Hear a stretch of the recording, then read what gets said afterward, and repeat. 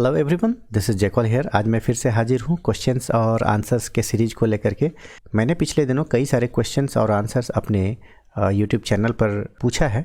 कई लोगों ने इसका जवाब भी दिया है। जो लोग नए हैं उनके लिए मैं बता दूं, सबसे पहले आप अपने क्रोम पे जाएं और ऑरिक्स मैप्स जयकॉल को इस प्रकार सर्च करें। यूट्यूब में सबसे पहले आपको ध्यान देना है कि ये मेरा चैनल है, आप इसे यहाँ पर सब्सक्राइब कर लेंगे। कम्युनिटी सेक्शन में आपको जाने के बाद यहाँ पर आपको वे सारे प्रश्न आपको यहाँ दिखाई पड़ेंगे जिसका कि आंसर मैं दे रहा हूँ। तो इसमें देर ना करते हुए चलिए आगे बढ़ते हैं। मेरा अगला जो सवाल था उस पर फोकस करते हैं।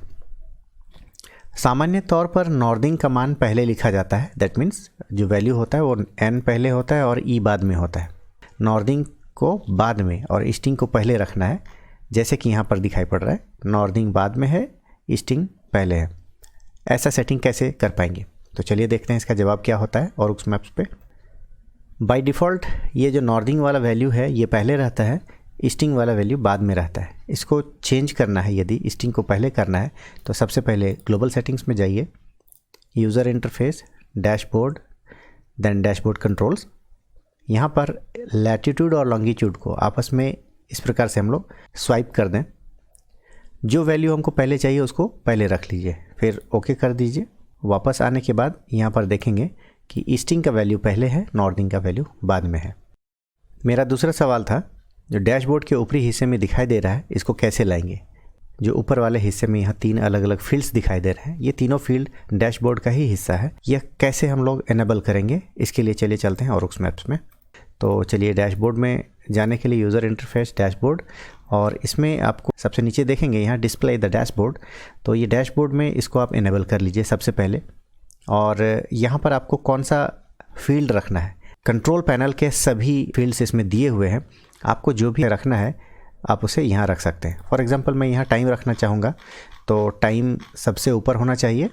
ये रहा पहला टाइम, दूसरा रहेगा स्पीड, और तीसरा फॉर एग्जांपल डेटम। ये तीसरा फील्ड मैंने डेटम का लिया है। और वापस आइए। वापस आने के बाद आपको यहाँ वो सारा चीज़ यहाँ पर दिखाई पड़ना चाहिए। वैसे फील्ड जो आपके जीपीएस लोकेशन पर आधारित है वह यहाँ दिखाई नहीं पड़ेगा, क्योंकि आपने अभी जीपीएस ऑन नहीं किया है। तो जैसे ही आप इसे जीपीएस ऑन करेंगे वो भी फील्ड यहाँ दिखाई देना प्रारंभ हो जाएगा। इस प्रकार से देखिए कि आपकी स्पीड क्या है वो जीपीएस डेटा से प्राप्त करेगा। तो यहाँ पर किलोमीटर प्रति घंटा ये आना प्रारंभ हो गया है। तो आप ध्यान रखेंगे इस प्रकार से जो अपर साइड का जो डैशबोर्ड है इसको हम लोग डैशबोर्ड वाले सेक्शन से ऑन करते हैं। मेरा अगला सवाल था कि ट्रिप कंप्यूटर 4 में एक कंपास जो दिखता है, इसमें राइट साइड में आप देखेंगे कि ये जो स्पीड है उसका मैक्सिमम स्पीड को हम लोग यहाँ डिफाइन कैसे कर सकते हैं। ऑरिक्स मैप्स में आप सबसे पहले ग्लोबल सेटिंग्स पे जाइए, और चूँकि ये यूज़र इंटरफेस से संबंधित चीज़ है तो सबसे पहले यूज़र इंटरफेस में चलेंगे और इसमें मिसलेनियस यूज़र इंटरफेस में जाइए। आपको इसमें यहाँ पे स्पीड से संबंधित चीज़ें आपको दिखाई पड़ेगी। यहाँ पर देखिए जो सबसे निचले हिस्से में आप यहाँ मैक्सिमम स्पीड है ये 100 है, और यहाँ पर आपको हिंट करता है for trip computer view TC4।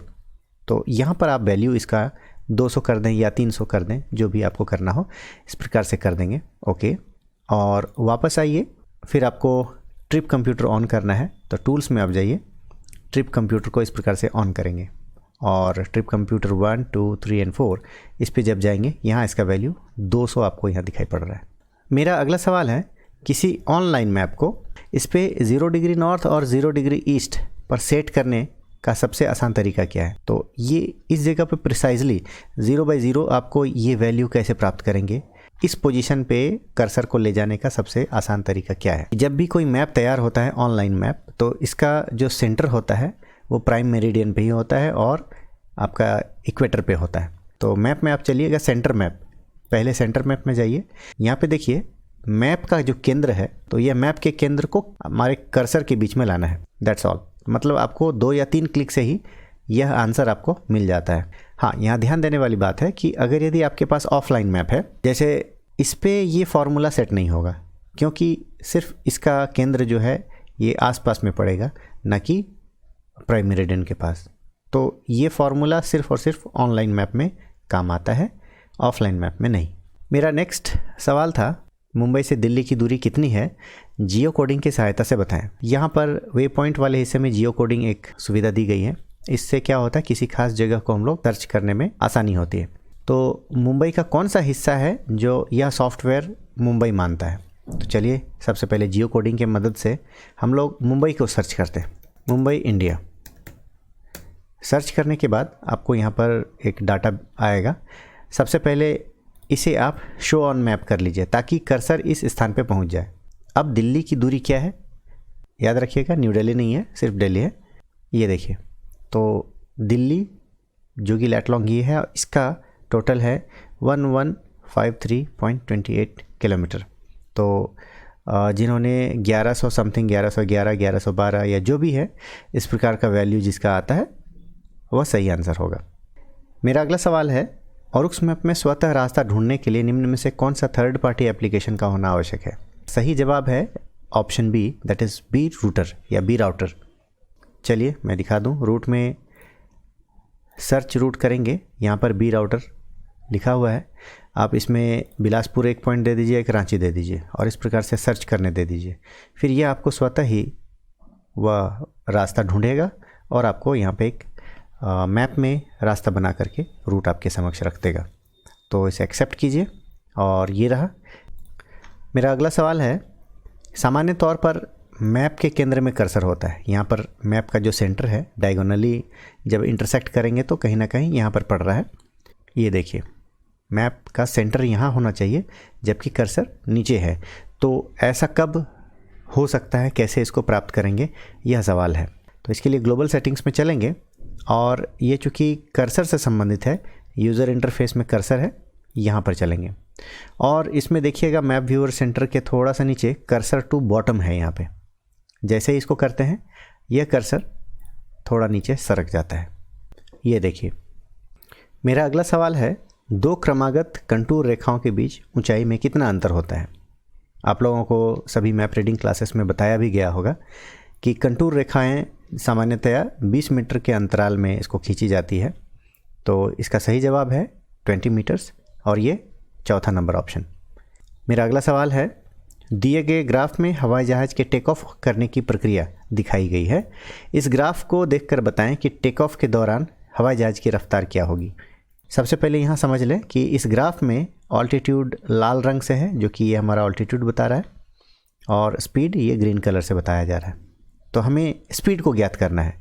Speed का स्केल राइट साइड में है, यहाँ पर देखेंगे 0 से लेके 500 तक है और इसका 50% यदि मान लें 250 वाला पोजीशन ये होगा।